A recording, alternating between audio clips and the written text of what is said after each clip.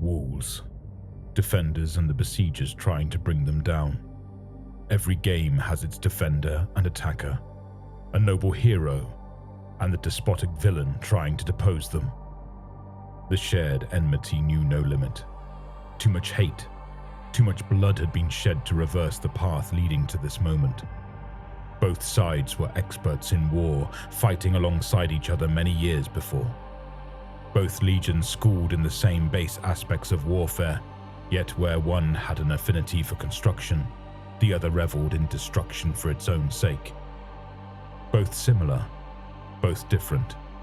Intimate and entwined their fates were, for both armies had seemingly been destined to meet at this place, the birthplace of their fate. One, Imperial fist. The other, Iron Warrior. Aspects of the same coin flipped, equals in rank and martial skill. Only one would stand at the fall. Once, another lifetime ago, they fought over games of regicide, long before they were designated a banner to follow. They both fought for the unity of humanity, a noble endeavor. Now all that hope was lost. All that mattered now was the right to be right. Captain Valrak, his helm under his arm, taking in the acrid tinge of a world on fire. He surveyed with age-worn eyes his homeworld, long reduced to a ruinscape of broken dreams and a shattered promise of a bright tomorrow. He identified pockets of resistance, the odd flash of yellow amongst the myriad defenders on distant outposts across the Imperial Palace walls. He could almost identify the men he called brother, a flash of a black sword here, the crackling energy fields of twinned power axes there. It was likely his own imagination. Those heroes were likely gone now, scattered and without support, if they even lived still. Sigismund likely was still alive somewhere. His squad all dead, he stopped mid-stride as another warrior in Mark III iron armor stood motionless, less than 30 paces away. Rubble marred their soon-to-be dueling ground. He recognized the foe. They had been brothers in war, now adversaries on opposite sides of a civil war that should never have been. He sighed. It had come to this then. Another contest of blades, another duel to the death. How many was this? 7? 8? It did not matter. The captain of the 55th Line Company unsheathed his weapon, a relic power sword, holding the scabbard and pulling the sword free. It was pitted and dented in over a dozen places, but still maintained a keen fighting edge. Enough for the task at hand. His bolt pistol long since dropped in favor of close-up blood work. Lack of ammunition brought some necessities into stark relief. His opponent was a fellow captain, this time of the 4th Legion Iron Warriors. Blood peppered his lank, iron-colored frame. His immense warhammer held as contemptuously at his side as his loyalty to he on the throne. The captain of the 4th was not one for formality, yet their shared history demanded respect. Tarnak Dron. Well met, cousin. Valrak spoke the affirmation. Tarnak replied in kind, his hammer twitching in his grip slightly, ready for immediate violence. Well met. They saluted to each other, despite multiple wounds ruining the countenance they shared. Power oozed from the blade like droplets of blood from the heavens as electricity arced from the head of the immense thunderhammer. It has come to this then, Valrak spoke, his voice tinged in sadness at the nature of their shared history. Grudging respect they once had, now enmity was all that remained. One must stand, another must fall, Dron replied.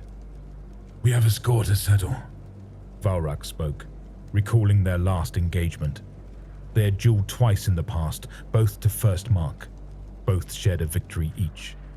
The scar on Valrak's face testament to the last contest of blades. Sanguis extremis, Dron exclaimed, a dark smile on his features. I will kill you, the silent gesture announced. Bringing his battle-worn sword to attention, Captain Valrak spoke for what he considered to be the last time. It ends here, cousin. For you, perhaps, Val. There was a moment's pregnant pause before Valrak filled the audible void. I will kill you if I must. Your incredulity truly knows no bounds, Dron exclaimed. Look around you.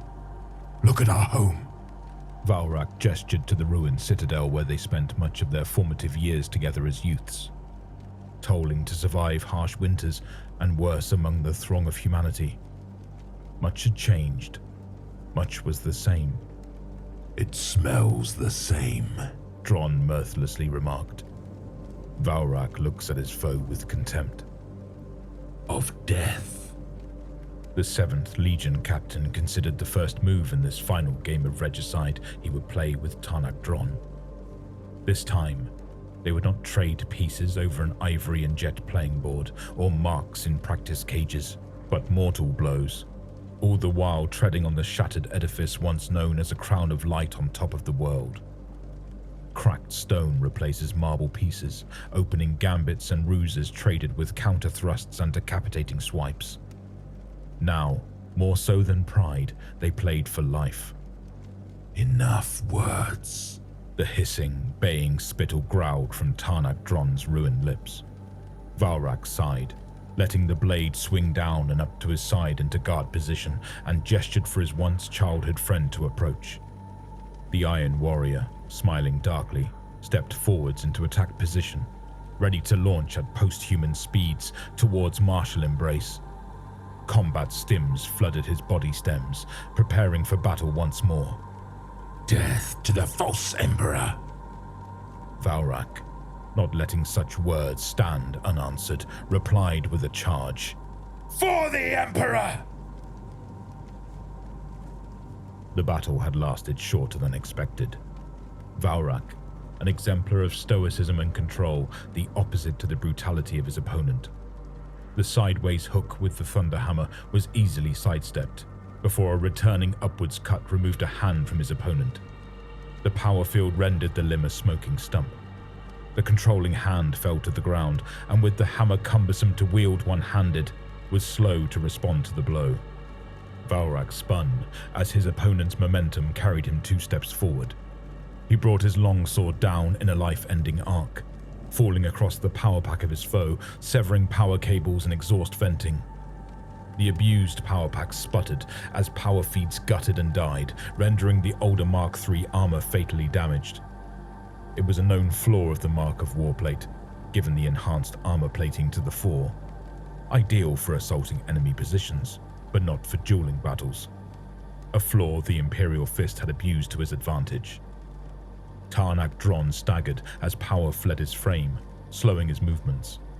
He brought the hammer slowly around, glancing the Imperial Fist with a heavy-handed strike.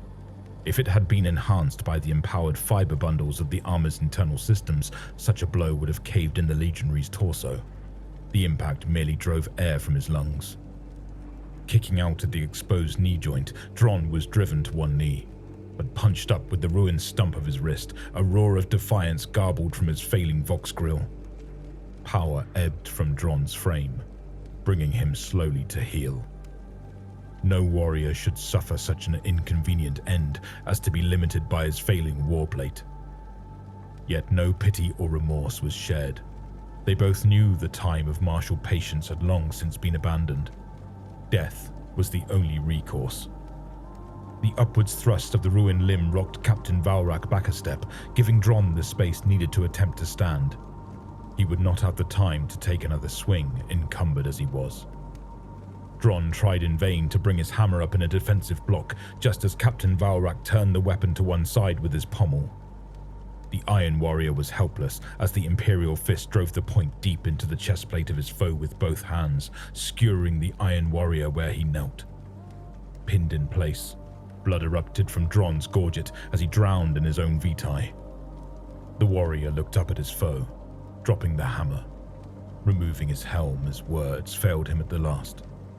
He had scant moments left. The Imperial Fist captain removed his helm, leaving his sword buried in his opponent. He looked down at the impotent frame of Tarnak Dron. It did not have to come to this, cousin. Musing over the insanity of such an action. Astartes fighting Astartes. The Iron Warrior captain merely mouthed the last spiteful reprisal, cutting short the regretful words by the stoic Imperial fist. "Do it." Pulling the combat blade free of its scabbard at his hip, Captain Valrak gave his foe the Emperor's Peace. Driving the naked blade deep into the base of Tarnak Dron's neck, the metal severed his spinal cord, ending his pitiful existence. He did not deserve to die as noble a death, but the Imperial fist decided to grant it him in dint of a shared brotherhood. The Iron Warrior gasped before life fled his eyes. He withdrew his knife, letting the dead soldier's head fall lifelessly. Pulling the sword free and wiping away the blood on a 16th Legion banner long left to rot where it lay, the captain took one last look at his foe. Once a battle brother in ages past, now merely another mark on his tally of the slain. No one would mourn Dron's passing, as he also mused if anyone would mourn his own. However, where the former was a traitor and not worth remembering, Valrak was still loyal, and that counted for something. He sheathed his weapons, gathered up a dropped bolt pistol nearby, and began the long search for another foe to kill. A fruitless task that was the defense of the Imperial Palace, now a fiery edifice to the broken promise of a bright future. He would not end here, he promised himself that. If the last oath he would make to the Emperor was to outlive his enemy, he would make it his life's mission to serve him. He walked on, lost in the billowing fog of war that drifted across the parapets.